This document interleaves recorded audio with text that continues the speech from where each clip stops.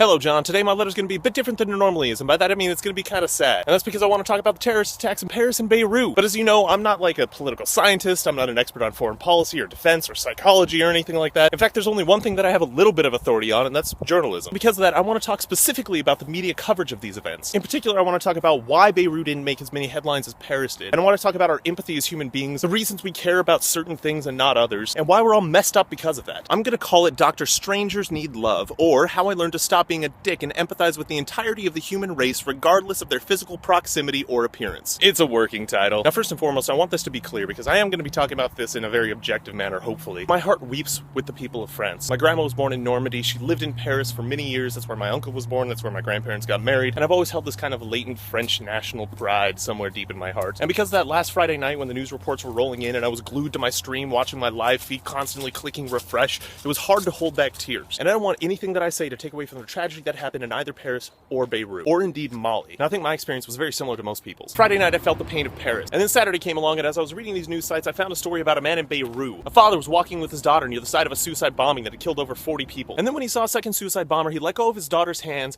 ran and tackled the suicide bomber, sacrificing himself but saving the lives of many people that were gathered near the first explosion. And the same pain that I felt for Paris was tugging at my heart again, and I became incensed. I became enraged that the media wasn't reporting on this. And immediately I thought of you, John, or more specifically, I thought about the time we spent running a news desk at a small but well-established daily newspaper. And I imagined us going through the pile of all the reports that we had and what we were going to put in the paper that day, and I could not see us not running the story in Beirut. I mean, that's an important story, and we would definitely report on that. So I wondered why places like the New York Times, the Washington Post, Chicago Tribune, BBC, none of these places were running that story. And then I realized that of course these outlets are reporting on the stories, and for God's sake, I just read an article about it on the BBC's website. So then the question became, why aren't these stories gaining more traction? And as a journalist, I immediately blamed the public. I jumped to an incorrect conclusion that people didn't care about it, and that pissed me off. And this was confirmed a couple days later when the Washington Post had an op-ed piece which basically mirrored my views. And in the piece, and I'm kind of paraphrasing here, the journalist basically blamed consumers of media, saying that the media can only report on things, but it's up to the consumer for something to gain traction. But then I realized that's a bunch of BS. I mean, of course the media has control over what we do and do not read. For example, again, I imagine that we were sitting at the news desk, and then we had both of these stories that we wanted to print. But then design came up to us and said that we only had one space above the fold, and we needed to pick a story. And to be honest, we probably would have ran the Paris story above the fold rather than Beirut as well. But I knew that couldn't be the only answer to this, because I think we would have made that decision because we knew that our audience would have cared about Paris more. And that got me to thinking. So I started doing some research. And through that research, I ran across a guy named Dr. Emile Bruneau. He's a cognitive neuroscientist at MIT, specializing in empathy. And his research has basically proved that we only empathize with people that we think are like us. For example, in one of his experiments, he took some people from the Middle East and then showed them a bunch of tragedies that had happened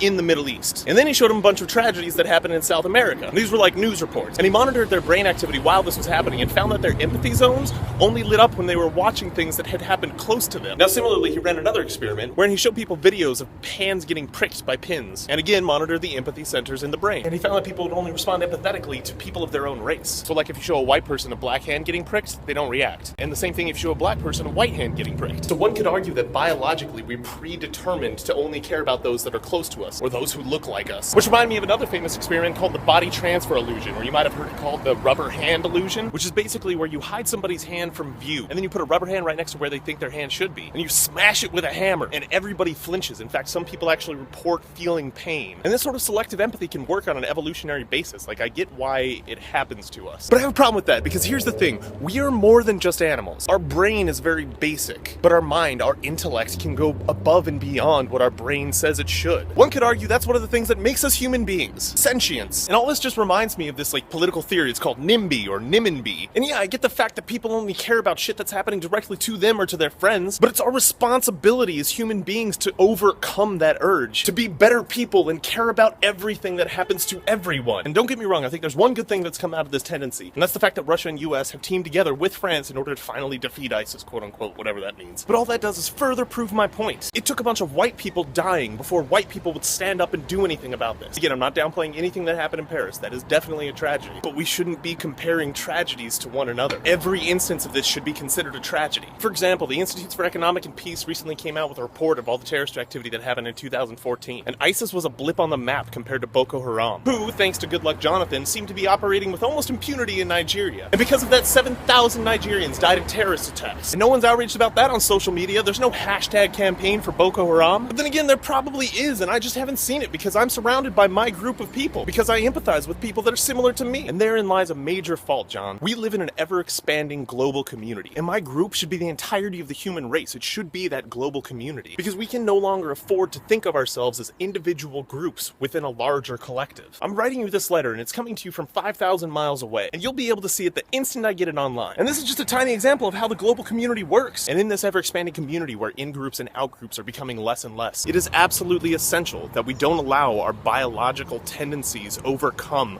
what we can do with our mind and our intellect. We have to rise above that, because otherwise the consequences will be too grave to ever truly come back from. Because every single life that was lost in Paris is gone forever. They can never be reclaimed. We can never come back from that. And the same goes for Beirut before that, or Kenya before that, or Nigeria, or Iraq, or Afghanistan, or Libya, or Somalia, or Syria, or Yemen, or Thailand, or anywhere else that these attacks occurred. Every single person who was lost in all of those places, whom we lost as a part of our global community, had people who loved them. And now those people are left with an empty spot in their hearts. A spot which was once filled by the people they loved, the people they lost, the people we lost. And I'm no expert, but maybe if we allowed ourselves to feel a little bit of empathy before Paris, there would have been no Beirut, there would have been no Kenya, there would have been fewer broken hearts out there. Because we all have someone we love.